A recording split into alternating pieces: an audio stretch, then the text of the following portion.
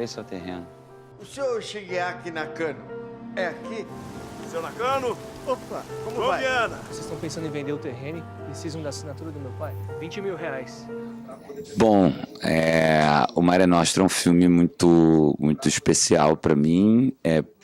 Enfim, depois de 15 anos eu volto a filmar com o Ricardo. A gente estava falando aqui agora há pouco como foi a escolha do elenco, né? E é verdade, na verdade eu não fui convidado para fazer esse filme, eu me ofereci para fazer o filme. Eu estava no telefone com o Ricardo, a gente é muito amigo, e eu estava, enfim, acompanhei todo o processo enquanto ele escrevia o roteiro, enquanto ele levantava o filme, e a gente sempre ficava pensando, e eu dando a opinião de quem poderia fazer, quem seria o ator, isso, aquilo outro. E chegou um momento que ele não tinha fechado, que ele tinha descolado a grana, que ia rolar o filme, e não tinha fechado ainda o protagonista. E eu passei, sei lá, uns 40 minutos com ele no telefone pensando em nomes que ele poderia chamar para fazer o Roberto.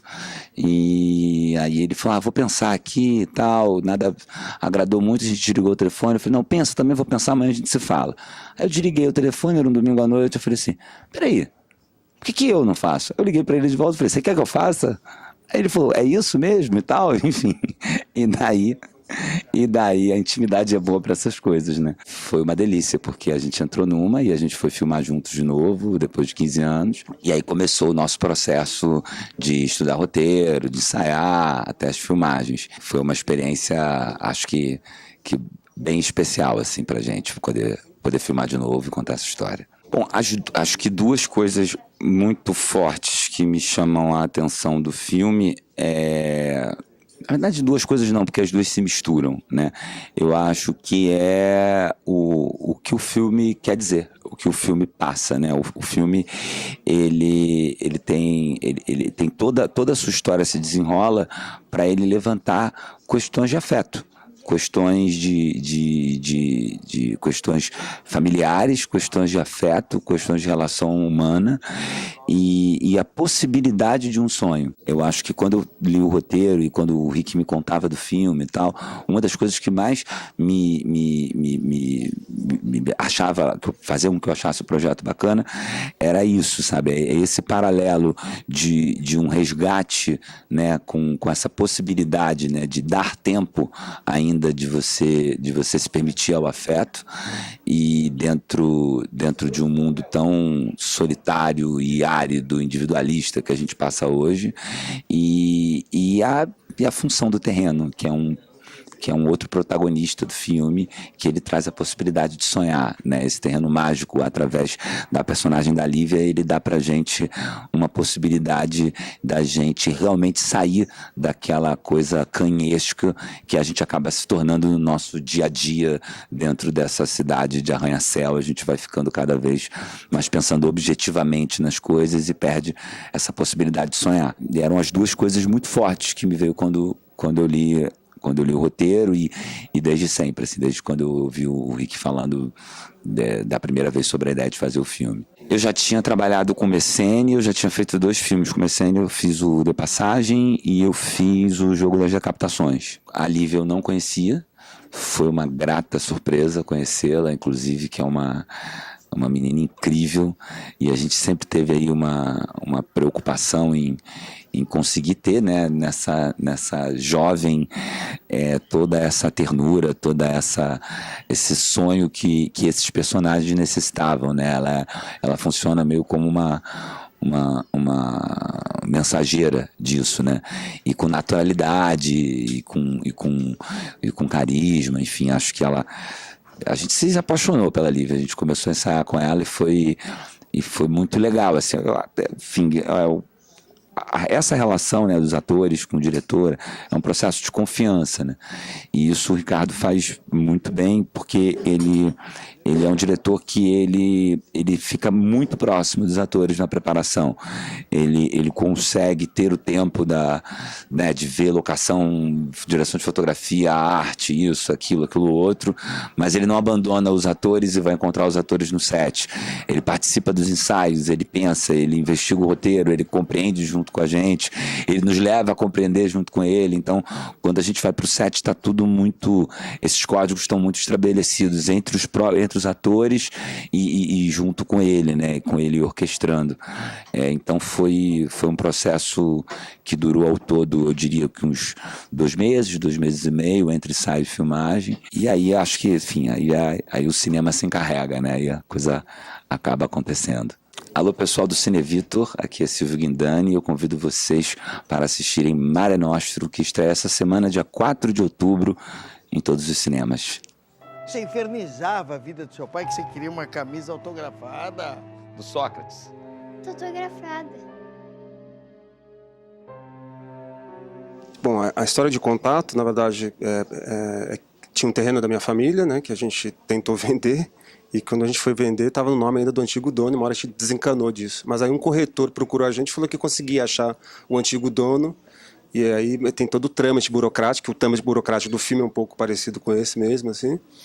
E essa é a parte de contato, isso é o início. No início era uma história muito sobre essa questão do contrato mesmo, né, de negócio, né, de você faz negócio dando a mão para o outro e tá tudo beleza, tá tudo certo, assim, um outro tempo, né, de fazer negócio, assim. E depois foi modificando, deixou de ser esse negócio para ser uma relação pai-filho, né, a relação do Silvio com o pai, até do Oshiro também, com o pai dele, e a relação do Silvio como pai também, né, como ele volta, ele retomar essa paternidade que ele tinha perdido, né. Nesse desenvolvimento, uma hora a gente resolveu encaixar essa coisa da magia no terreno, que a gente achou que isso pudesse amarrar melhor toda a relação do pai com a filha, tudo. O Messene, ele fez meus 3 filmes, o Messene, mas sempre um papéis muito pequenos. Aí nesse eu chamei ele para a leitura de roteiro, a primeira leitura para a gente modificar o roteiro, eu chamei ele, e quando ele foi ali, encaixou, eu falei, vai dar certo. E a gente convidou ele logo de cara. O Ricardo, e a gente chegou com teste. O Ricardo e o Edson Caneda, que é o pai dele, faz o pai dele. Tudo isso foi através de testes. A gente foi testando bastante. Alguns atores, assim, eu já tinha trabalhado em outros projetos da TV Cultura, em outros lugares, então eu chamei direto, né? E o Ricardo e a menina também a gente começou a testar. A gente chamou crianças de várias agências, assim, acho que a gente chegou a testar umas 20, 30 crianças, sei lá, era um número absurdo, assim, que a gente fazia por dia, eu nem lembro, assim. E a gente achou 3... Eu gostava de uma e a Mariana gostava da Lívia desde cara, assim. E aí a Mariana me convenceu que tinha que ser a Lívia e foi a melhor coisa, assim. Foi eu ter acreditado na Mariana. A Mariana Guarnieri que fez o casting e me ajudou na preparação do elenco, assim, também. O Silvio, na verdade, a gente é amigo há muito tempo, assim, desde o De Passagem, né? A gente se frequenta, se fala. E aí um dia ele me ligou, eu não tinha o protagonista, depois ele falou que queria fazer o filme. Foi meio como a gente definiu ali. Eu falei, tá bom, então vamos nessa. O filme, assim, desde o início ele faz uma opção pela leveza. Assim, isso, desde o início a ideia era contar uma história com leveza, né? Mas quando você fala isso não quer dizer que ela precisa ser alienada, né? Você tem questões ali sociais dentro do filme, né? O próprio fato de ser uma família de classe média negra, uma opção. A mulher negra, ela é uma socióloga, né? Ela não tem uma profissão qualquer, assim, então você já tem questões políticas ali. Por outro lado, é um filme que faz uma opção, claro, pela leveza. Assim. Eu sei que em tempos extremamente sombrios que a gente vive, né Trump e outras coisas, assim, questão dos refugiados, uma série de direitos que as pessoas estão querendo retrair, assim, eu acho importante também falar disso. Né? Tem um escritor que diz que a leveza é insustentável. Talvez ele tenha razão nesse sentido, mas eu acho que ela também é importante nesses momentos assim, tão conturbados. Em relação ao cinema brasileiro, eu acho que a gente tem uma diversidade de produções mesmo, assim, mas eu acho que a gente falhou muito nesse tempo todo na política governamental de formação de público. É muito, muito ruim assim, o trabalho que foi feito de formação de público nos últimos anos. A gente tem avanços gritantes na produção, mas as pessoas não frequentam. Na verdade, as pessoas não frequentam cultura em geral no país, né? E o cinema reflete isso. Ninguém lê no país, ninguém vai no teatro, assim. Os números são muito absurdos, coisa de 90%, 80% da população não tem acesso à cultura. Não tem acesso, assim, não tem acesso financeiro, econômico, né? É claro, mas também não tem acesso porque não tem vontade de ir também, né?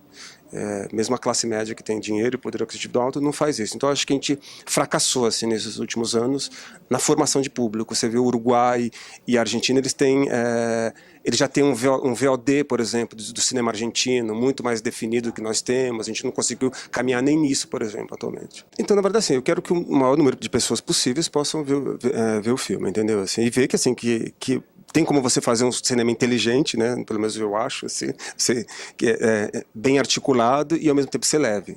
Isso é a ideia do filme. Não que não precise ter contundência em alguns assuntos e tudo mais, mas assim, é um filme que ele é muito, ele pode ser muito bem aceito, eu digo assim, para o tipo de público que ele pode ter, entendeu?